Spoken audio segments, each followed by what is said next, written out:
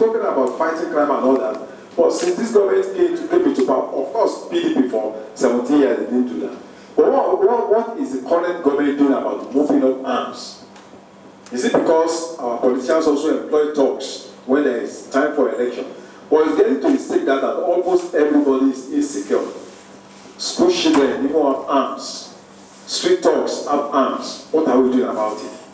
There are the cases of suicide, which is rising up every day. Have we been able to assist the government and the society in the best way that we should? We've had cases of people going to the top mainland bridge, and then jumping into the lagoon.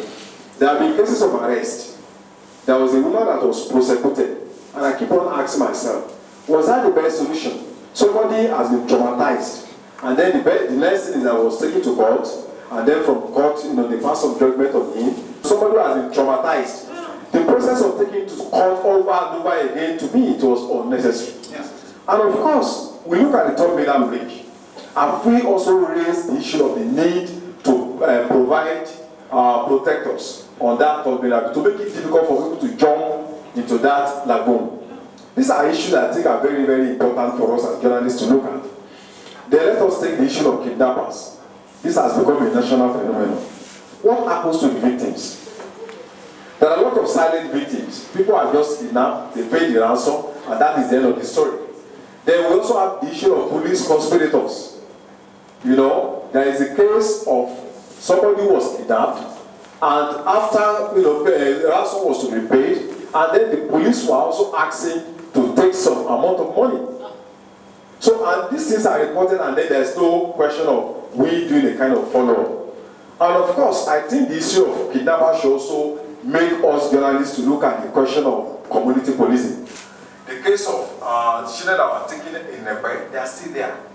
What will happen to these children? How will they cope with life after they have been released? And we should also not forget that we are all involved. Because kidnappers these days, they don't even, in fact, in some instances, in some states across the country, they just look at you and look at the phone. If the phone is worth 50,000 and then you are gone. Cases of cold-blooded murders of innocent people that you cannot just understand the reason. We are talking about kidnappers where we can understand people want to make money. But what is happening at the Ikorodu is mind-boggling. 11 families have been wiped off. The last one that happened last week was a case of children. They were clubbed to death. I can't just imagine what is going on in our society. And after the report, in fact, I think Punch reported that case very, very on his crime page, and that was the end.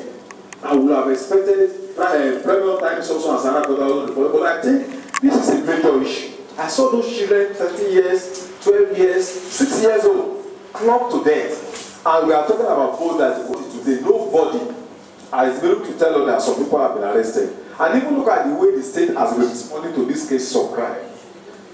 There was a case of air raid. The Air Force went there for several days. They were bombing, killing. But what happened at the end of the day? Has anybody been taken to court after the raid, the bombing, and everything? I'm not aware of any single case at the Ikorodu that we have taken this person to court is result for this kind of crime that is going on. As the Inspector General of Police visited the Ikorodu, for instance, to boost the morale of community dwellers, that look, we are with you. Look at what happened in London. The Manchester bombing, the bombing of the London Bridge. You could see the Prime Minister talking and giving hope to a famished population. Our leaders ready to give hope to us. Because when this kind of thing happens and then nobody cares, you can imagine that you are going to embody the crime perpetrators. Nigeria is the biggest nation in Africa with about 170 million and the biggest black nation. It is in our own interest, it is the interest of global and regional security to have an effective media. So we think the take-home here should be that journalists should be more responsible, they should be more responsive, they should be more dynamic, they should be more active, they should be more proactive, and they should be more articulate, more truthful, and also to be more aggressive in the drive to create a better society for all of us. The fight against corruption has become a cliche. It has become a slogan, an electoral slogan, to wipe up public support, to give the impression that the government is doing something. But in reality, what we see every day shows that nothing fundamental has changed. If you walk on the street, if you drive on the street, see policemen collecting money. In fact, the most graphic image that will tell you that corruption is still inherent in Nigeria is when you come to the international airport. If you are coming from anywhere all over the world and you enter the Murtala Mohammed International Airport, the first thing is that the officials keep on asking you for money. And you ask yourself, hey, what is going on? Right from the airport, and you are coming to this country for the first time, what comes to confront you is the grim images of corruption. And I think that tells you that this government is really not interested in fighting corruption from its roots. It's just using the fight against corruption as a slogan to deceive and delude the people. And I think 2 years into the government, it's clear now that nothing really has changed. The retrenchment of 145 journalists from TVC is just another in the series of repression that Nigerian journalists, have been going through. Even where journalists are not being retrenched, journalists are not being paid well. There is no insurance cover for them. There are media houses that are owing up to 10 months. 15 months, they are not being paid. And in fact, some media houses, journalists are being asked to go out to scavenge for bribe, to replace, to stand in for their salary. So I think what happened at TVC is a kind of, it epitomizes the dilemma of the average Nigerian journalist. It is not just about TVC alone. It's about what the trauma, the agony, the mystery that Nigerian journalists are going through. And I think we have to look at it in a holistic form. Not just looking at TVC in isolation. We have to look at the poverty of ideas, the poverty in the newsroom, the poverty of skill acquisition, the poverty of capacity building, which is the lot of Nigerian journalists. Many media houses are folding up almost every day. In fact, I don't think we have up to 5 media houses now that are vibrant, that are paying their workers on time. The TV stations, in fact, many of them are paying peanuts, barely enough to keep a journalist just for a week. So we are in a dilemma. And I think we have to raise this as a major issue at the level of the Nigerian Union of Journalists, that we have to come together to use that platform to campaign, for a paradigm shift in terms of meeting the economic aspirations of media practitioners. Let me first of all start from the recent sacking of the 145 workers of TVC. What's your perspective on the angle that journalists should be pursuing in terms of diversity as far as that issue is concerned?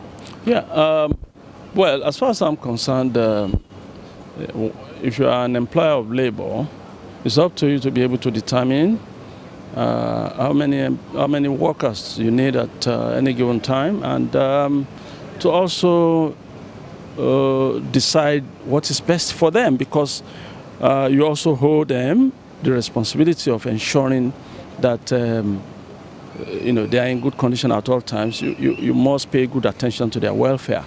But we need to look beyond just sacking workers like that, particularly when the economy is in this kind of shape.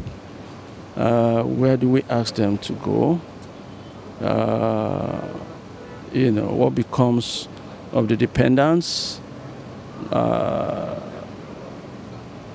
average organization that employs labor must ensure that they are also alive to corporate social responsibilities. It's not enough to just insist, I must make profit, I must make profit, I must make profit. You have established this company to serve this society. There's no doubt in the fact that your company has benefited from this society. So if the economy is somewhat, if it's tough with the economy and your company is feeling it, it would be too bad to just decide to turn the heat only on the workers. Your management must also at all times be creative to ensure that the heat or the effect of the bad economy is not passed on to the workers alone. As a matter of fact, since the workers do not constitute the management, they probably should belong in the category of the people who should bear the effect, the brunt of the bad shape of the economy, last.